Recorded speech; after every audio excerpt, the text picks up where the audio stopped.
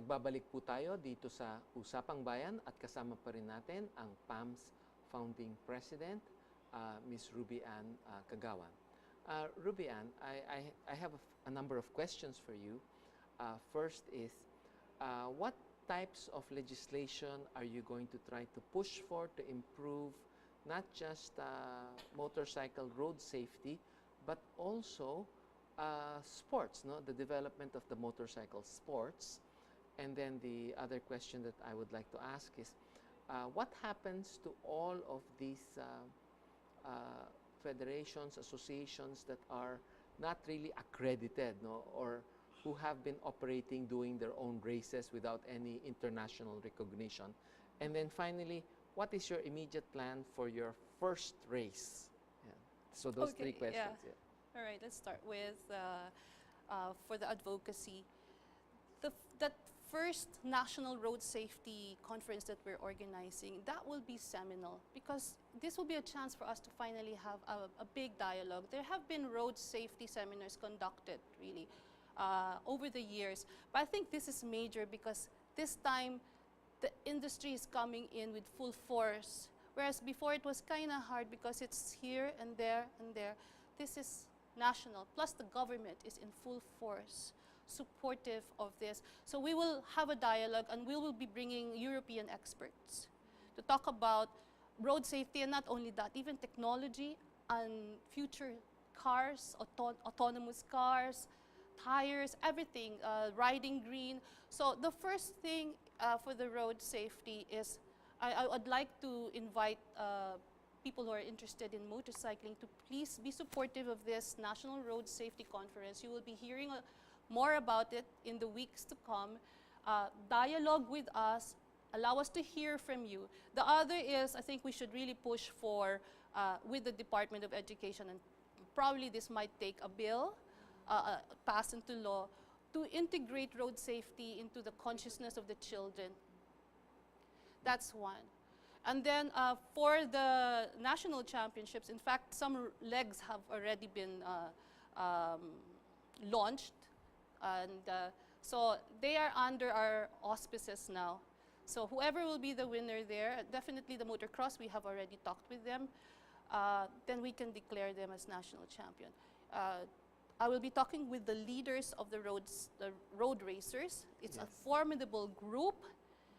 And the reason that they have created their federations and associations is since the death of Maiko Bunsho, all the production races, I call it production because the best racers are not even there, of the other NSA has not been allowed in the racetracks of our country. We have 4 racetracks owned by the same person, and in support of what happened to Maiko, and because there were really compromises and a large negligence, they have not allowed his races to take place.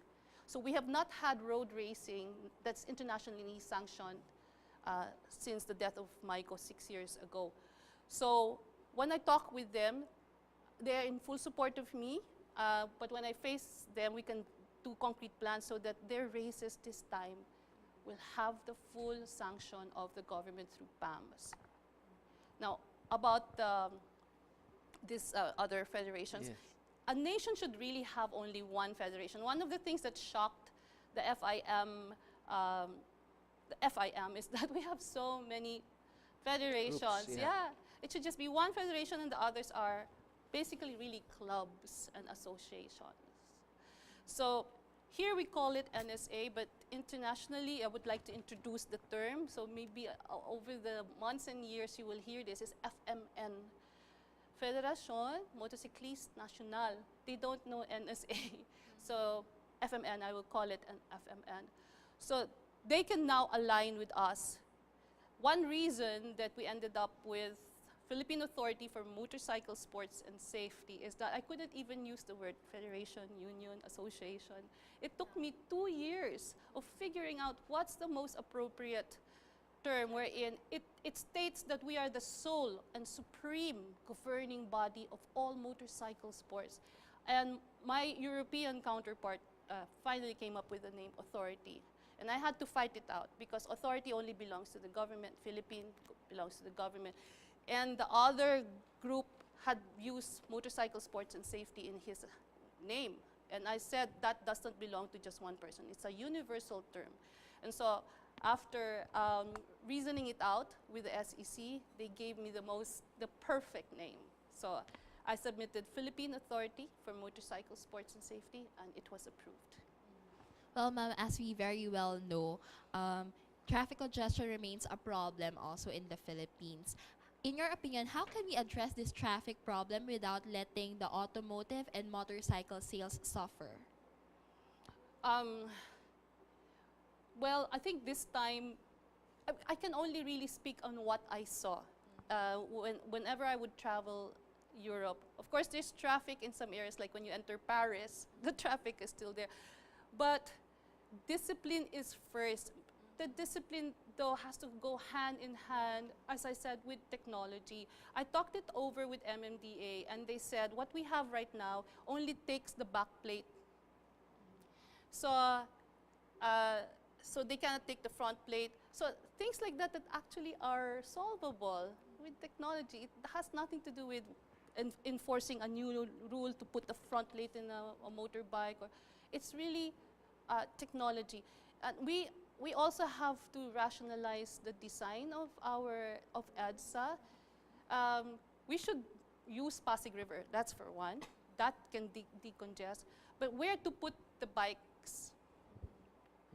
So it will also minimize all of these fatal accidents and all the fight that happens because of bikes. Can I have your opinion on the use of tricycles for public conveyance? The reason why I asked that is you were mentioning quite a bit about the support from Europe and this organization originating in Europe, and I don't think Europe has anything that is like a tricycle. We all know that these tricycles have very bad habits in terms of road etiquette as well as safety. All of them don't wear helmets. And at the same time, they tend to run at their own pace on national highways. And as we all know, in any single lane highway, the fastest speed that the whole highway can move is the slowest moving vehicle, right? Yeah. So, I mean, what is your opinion on that? Or that's something that you're not really touching, or how is that? Actually, in our constitution, our coverage is not just powered two-wheelers, but powered two- and three-wheelers. Because of, well, exactly the observation of the Europeans when they come here, oh, you have a three-wheeler. Yeah. Yeah, you should also include them. We have to also affect them. For one, I have this, it's a major change for our country. But I think we should shift out of the kind of bikes that we have for tricycle. It's noisy, it's polluting. In Boracay, Two-stroke yan. yeah, in Boracay, they've been using E-tricycle. e-tricycle. It can take more people, plus it's conducive to the tourism of that area because there's no noise. Yeah, so And they can move faster. they can move faster. It's quiet. Can you imagine? You know the pollution and the noise. pollution and the noise. So I've read that Mayor Erap already started, changing the bikes in Manila City to e-bikes. I think that's one major move, and that's where Europe can help because they're way advanced in electric bikes. Actually, electric bikes Also are China. available also in other countries. no? China, yeah. Including Asia, like Japan has Yes. also electric vehicles. No? Yeah. I guess the next question there is, are you viewing our tricycle situation similar to the jeepney situation, Yeah. Yes. wherein we need to Yeah. have Yes. better safety, not just for the drivers, but also for the passengers? Because Yes. as we've all seen, there are, if you get hit in an accident in a tricycle, your chances of survival is probably less than even that of a jeepney, no?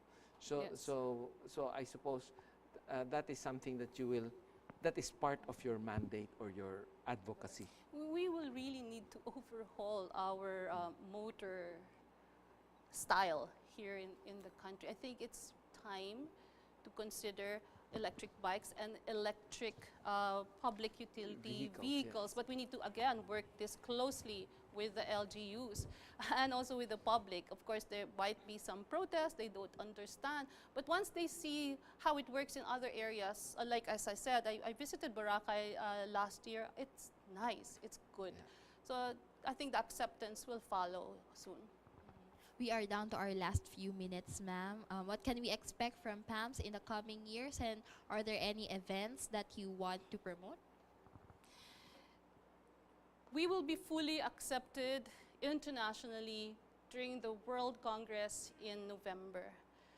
The World Congress happens only in November every year, and that is the opportunity where the members, new members are accepted.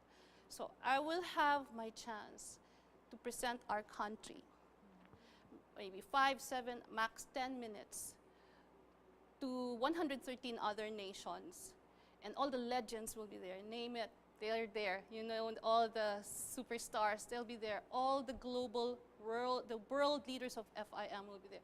So that's what we're preparing for. So with all of the events that are happening this year, we will be taking footage and we will compress it for an audio visual so we can present our country. That's the highlight. And we will be fully accredited internationally by January 1, 2018, and then I can sign the World Championship. Okay. Well, we have just a couple of minutes left, but maybe you can inform our audience if they want to learn more about PAMSS. Is there a website that they can go to, or is there like a Facebook page that you have? Maybe you can tell Okay. them about that. We're still, we have registered a domain, but we still have to fill it up. It's pams.ph, PAMSS.ph, and we will still create our FB page, but so far on my page, I've posted some things that are public and you can visit. You can find me, Ruby Ann Kagaoan, on FB, and things that I can share with the public, I open it to the public. And you'll see the whole journey there, the whole story from the time I went to Geneva all the way now, from the time I became public about this cause to this point. Well, thank you so much for joining us this evening, Ruby Ann. At yan po ang isang makabuluhang diskusyon kasama si founding president ng PAMSS, si Miss Ruby Ann Kagaoan. Maaari niyo po kaming i-follow at i-like sa aming Facebook page, Usapang Bayan. Ako po si Rach Marquez. At ako po si George Chua. Samahan niyo po kami muli sa mga susunod nating episodes dito sa Usapang Bayan.